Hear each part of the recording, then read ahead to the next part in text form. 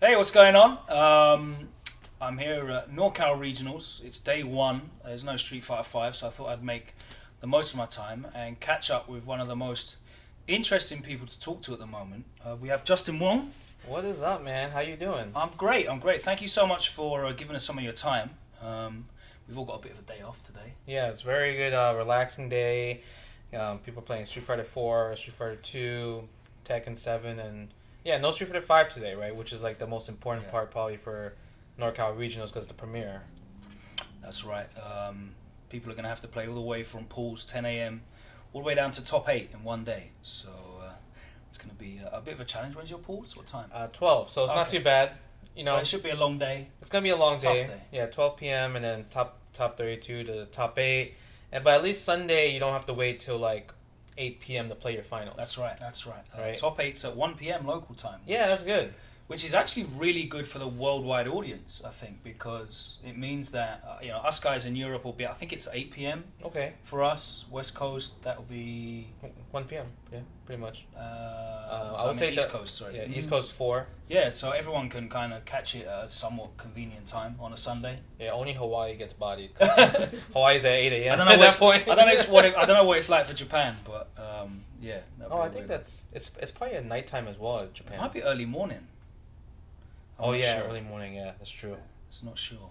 But anyway, I said you're one of the most interesting people to speak to at the moment because you are once again blazing a trail in the FGC, representing yourself, pretty much. Yeah, I mean, it's one of those things where after a while, joining like teams like Evil Geniuses, Echo Fox was pretty cool and all. And then, obviously during contract negotiations, if you're not happy, then you want to find other means, right? You want to maybe move on to a different team. But just throughout the year, and I made so many relationships with just brands, companies, people from like different marketing departments, and they always wanted to work with me.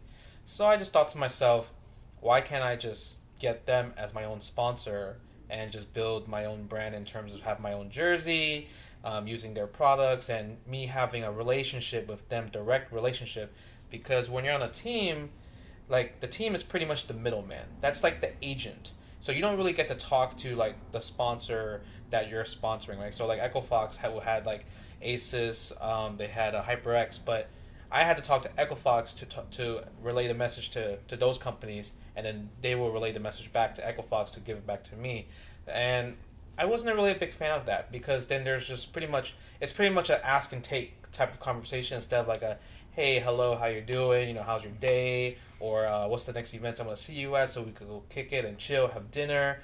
You can't tell that to Echo Fox, and them they will tell that to the companies, right? So that's kind of why I just went away from that, because I felt like this would be just an overall better relationship. Because right now, you could get these sponsors, right? I have these sponsors on my jersey, but maybe in the future, I could even work for them, being part of like head of esports or something like that, because I made these relationships and they might offer me a position for the future, right? So I'm just thinking about in a long-term position. So it's working for you short-term, obviously, anyway, because you've got, was it 8? Is it 8? 8 sponsors at the moment. At the moment? At the moment. This guy. I'm trying to get 10. Yeah? 10's a good number, you know what I mean? Yeah. So 10's actually, it's actually in the works for the other 2 right now. So okay. It's possible that it will be announced. Because I remember when the Infinity Gauntlet memes were coming out, and you're like, you must have been at home like, I'm way past that. I've run out of room. They got some new stones to add in. Yeah, Probably exactly. for the front of the palm. Exactly. Or a second glove. Glove. Might go for 12. Who knows? Yeah, go back in the future in the past and just grab another gauntlet. I think it's a really interesting situation because you said at the very start, why can't I? And like, it's a really good mindset to have to get past that, and focus on I will, or at least try. Yeah. And obviously you are in a privileged position, an earned privileged position off of your decades worth of results and hard work as a content creator, even before now, the vlogging and stuff, but you were out there appearing and and doing stuff at trade shows. So you were out there as a face, not just a competitor as well. So you've earned this status where you can have these conversations with these brands, but there's nothing stopping people that are much earlier on in their journey through competitive gaming from trying to start having these conversations and building things up for themselves. Because I feel like we've seen a lot of people that are good at playing games. Yeah, very good at playing games. That's it. And yeah, they're not adding more value. Yeah. And at the moment, I think we're kind of seeing that the gaming sphere, the economic environment that we're in terms of especially FGC, there's not that consistent, sustainable money that you can rely on coming in. You know, we're not going to... People are not signing 5-year deals, and you know, people aren't even signing 2-year deals now. Yeah. It's very rare that people are getting good 2-year deals. And you're in a situation where you've started a family. Congratulations, by the way. Thank you. Married, you have a beautiful daughter now. You're looking to relocate as well. You have to be having these thoughts of sustainability, right? Yeah, I mean, the purpose of that is that because I'm getting older and I'm starting like a new generation for my future family, that's another reason why I want to have like this my own thing, right? Get my own sponsors, start these relationships, and you know, just kind of move forward. Because we're obviously in a position in terms of not just FGC but in just esports and gaming where there's just so much opportunity. Like back in the day, it was really hard to make money off of gaming, right? I used to win tournaments. First place was like $200, right?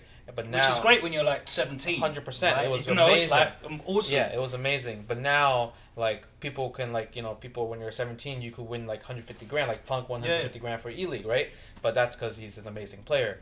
And then obviously not every player like up and coming or been playing will even touch that money when it comes to just gaming tournaments.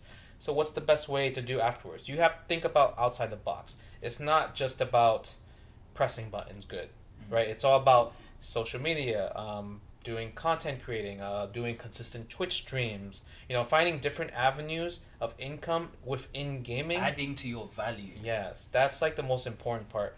And I know like there's so many good players even now, and they're like, how come I can't get sponsors? How come I don't have a sponsorship? Why are sponsors not looking at me? Because what can they do, right? Most of these people that come into gaming, they don't know anything because they're coming into gaming. They'll probably just Google fighting game community, and only probably the top names will show up, which will usually get like the DMs, the emails. But like the other players are like, let's say the uppercomers or like people that are like in that mid-tier position area, they're not going to be contacted unless the people within the community are working with like the brands or the companies, or like you have like sponsors that are really into fighting games, like Panda, Uyu, right? They might have someone working in the marketing department that happens to be a fan. That can happen as well, right? That can definitely happen. You know. But even if they're a fan, they'll probably still like in the meetings, they're like, yeah, man, Daigo, Tokido, Justin Wong, Sonic Fox, right? The popular names. But it's really hard to get like the other names that are also really good and just well deserved as well. It's an interesting situation because we saw a massive period of growth, specifically in Europe, due to the growth, the forming of Gfinity. Yeah, amazing series. And you had a need for these companies, these teams, to acquire players. Very similar to when Street Fighter V launched, these teams were aggressively looking to acquire players. So it was kind of like the relationship was in the player's favor, where the biggest the most talented players and the biggest profile players could command higher fees because there's multiple teams looking for them. Yeah, and that meant that the players sort of below were able to not pick up the scraps, but they'd be maybe the second or third tier of choice. Yeah, for sure. And there was a lot of teams that were looking to expand into the FGC, and we've seen specifically with Echo Fox. Yeah. They've massively downsized. Yeah. I think they've only retained, was it like three? Three players Three left. players. 5 if you count Smash. Yeah. Okay. Trying to think of all the other teams. There's a lot of teams that have downsized. Yeah. Tremendously. Uyu downsized. Yeah. I think Panda Global is probably the only one that's really kept their roster even, but they still downsized a little bit, but barely. I mean, EG downsized a while ago in terms of their fighting game. Yeah, EG. Pretty much EG went to Echo Fox, right? Yeah, Most of them. Yeah. So you've seen that there's been a decrease in the demand from these teams to acquire players. So your market value is going down. Yes. That also makes it harder for the lower players to get signed because, there's less competition there for places. There's less need and demand for players to fill up these slots in these teams. So you are left with a lot of guys that are talented enough. Maybe they're not good enough to get into that top 32 at Capcom Cup, but regionally they're solid and strong. Yeah, they'll put on a good show throughout the year. Yeah, especially within continental United States. Mm-hmm. And unless there's that demand, it's really difficult to find that sort of need for you. Why do you need to get picked up over anyone else? Yeah, I mean it's a tough decision, right? Just because since there is a decrease, obviously more people looking in are probably just like unattracted to it, right? But that's why I do think that the current infrastructure within the FGC is really lacking, right? Like everything is about pro tours, right? There's not many, because of the pro tours, we don't really get to show who we are as just like players and individuals. When you think about Street Fighter 4, there was just so much unique rivalries, so much like trash talking, but now it's like, yeah, I got to go to this next tournament and get these points. That's a really interesting point though, because like realistically a pro tour should give you more opportunity to showcase your personality because you're regularly traveling.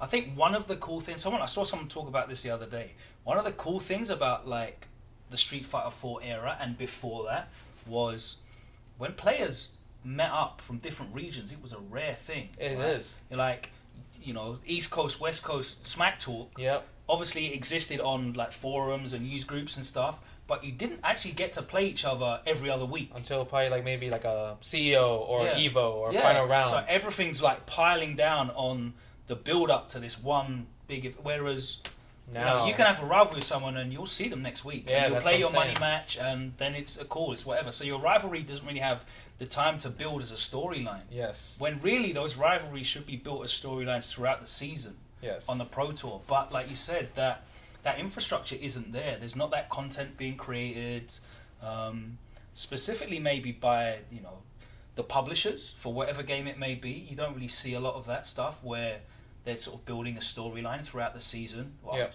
Justin's played this guy and he's beat him every time, and this guy's going to come back. Is he going to? He's in the same corner of the bracket as Justin this week. Is he going to face him? Like, can he get there? Will he finally overcome? You had that great storyline with Daigo throughout the years as well. And it's like we didn't get to play so often, right? It was like that once of a year type of play, or maybe even like twice a year. But that's it, right? That's like the max. Now, like I could probably run a Daigo like 20 times this year alone, right? Exactly. So it just makes it very uninteresting for the spectator's point of view, because like if you look at like this tournament and final round, a lot of the brackets are very similar because the point system has not been established yet too deep where we can have different brackets and just different matches. And yeah, I mean like seeing the same players every single week, it definitely just gets exhausting to watch. Just because it feels like you're watching a rerun, right? And that's why I feel like when it comes to FGC, there should be more in terms of building just more content, right? I feel like that's the magic word for 2019 is building more like content, right?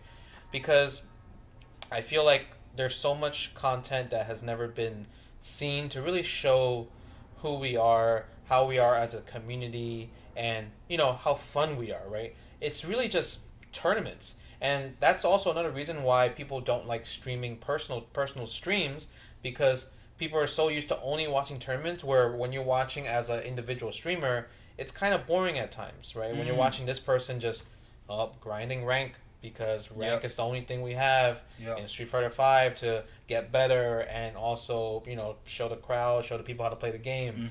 It's boring, right? You got to do segments. It's repetitive. It's very repetitive, right? Yeah.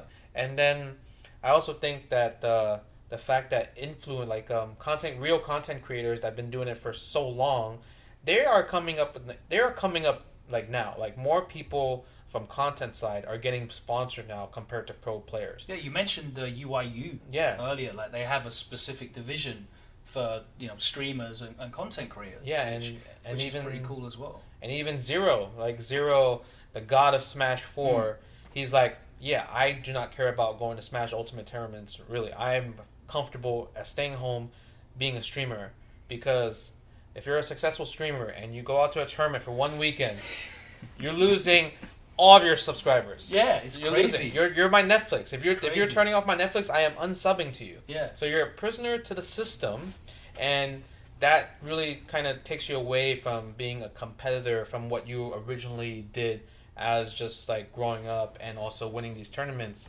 So a lot of players have been subjected to that. Like Flo is a perfect example where he used to go to tournaments all the time when he was in Evo Geniuses, but now he doesn't go to tournaments at all. He didn't even go to Evo, and he lives in Vegas. So that's kind of the crazy part, And, I was at that point when I was playing Mortal Kombat 10 where I'm like, damn, I'm killing it with like 15,000 concurrent viewers watching me just throwing rocket launches with jacks on these little kids.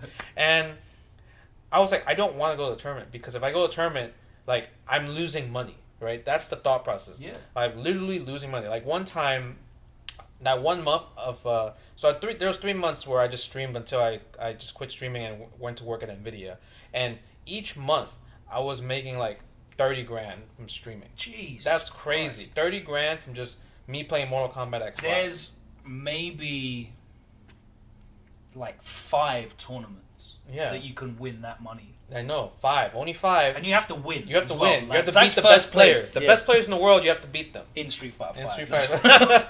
Crush Counter City, right? And then, so that's the decision, right? Like, there's a lot of like different avenues to just like increase your income. And I do feel right now the current tournament structure of FGC, it's just very, like you said, repetitive. And I think that's kind of why we've just been in this stagnant position and not really growing. Yeah. But that's why there's other people out in the community that like they kind of notice that, and that's why they're doing their own thing. You see Smug, he's killing it with the YouTube and the Twitch, right? He sees that like, damn, like okay, yeah, I'm a pro player for Rise, and I'm getting the money from here from my salary, but sometimes I don't do good at tournaments, right? I do good at like E-League, Red Bull Kumite, but then he didn't qualify for Capcom Cup last year, but he did grow his social media channels, which is really important. It's really hard to do the whole package deal. So players have to think about that if they want to get more exposure, because you coming to a tournament, maybe you get on stream, maybe you got washed in pool, so you don't even get to play on stream. Your weekend's over. And what visibility has your sponsor got? Yeah, nothing. They didn't see. But you posting just constant Twitch streaming, trying to increase it, trying to make it more interactive, posting YouTube comment, going, being more sociable in social media to talk to your fans, and I'll talk to just FGC people in general for debates. Put yourself out there more. And that's another thing that people do not like doing, is putting themselves out there. Yeah, I mean, it's a difficult one, right? Because a lot of people that have that character trait that allows them to dedicate so much time to gaming are often not the most outgoing people. That's true. Like to be able to just you and this screen for 6 hours a day plus, because there's a lot of people that play a lot longer than that. Yeah. To be able to do that, it's really rare that you will have like the full package of. They're also quite eloquent and they speak. They're funny. They might be good looking as well. If you can get that whole package all in one, then sponsors, it'll be a sponsor's dream. Oh, and by the way, you have to win as well.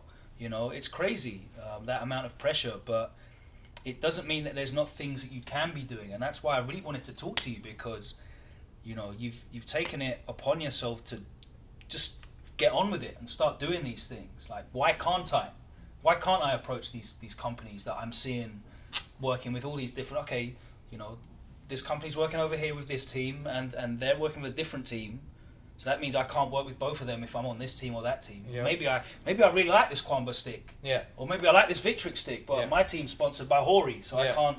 You can't go over there. Yeah. So it's also another thing where people have this misconception. I have talked to a couple of unsigned, like top players, because they asked me for advice, and they're telling me, no one's hitting me up.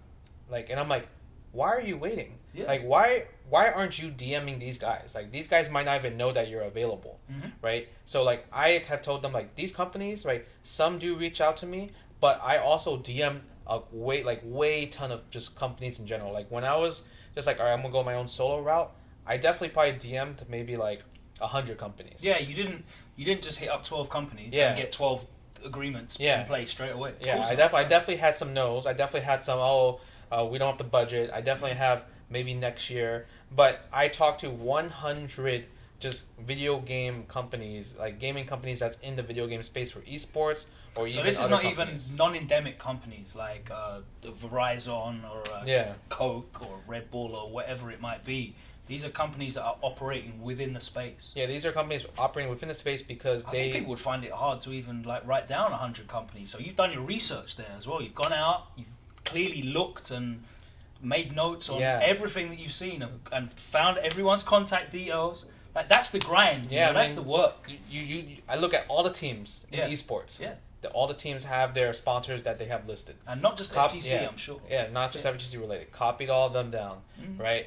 And then go to just like even events like Collenberger, CEO, that have all these companies that they were sponsored by for the event. Copy all of them down and just straight start just emailing and DMing away. Like, that's literally what I did, the grind. I wasn't really waiting for opportunities just because I it's a clock. I'm gonna just sit here, look at my inbox, and just wait for 1, 2, or 3. Just wait. You're not supposed to wait. When did you make this decision? Like, what and what made you make this decision? Because I'm quite interested in, like, this is a really unique way of approaching it, specifically within the FGC. Well, I would say like the decision I probably made it was probably right after Capcom Cup. Was after the tournament, and like I was just talking with just my wife, and I really wanted to just give Harper like a really good life, right?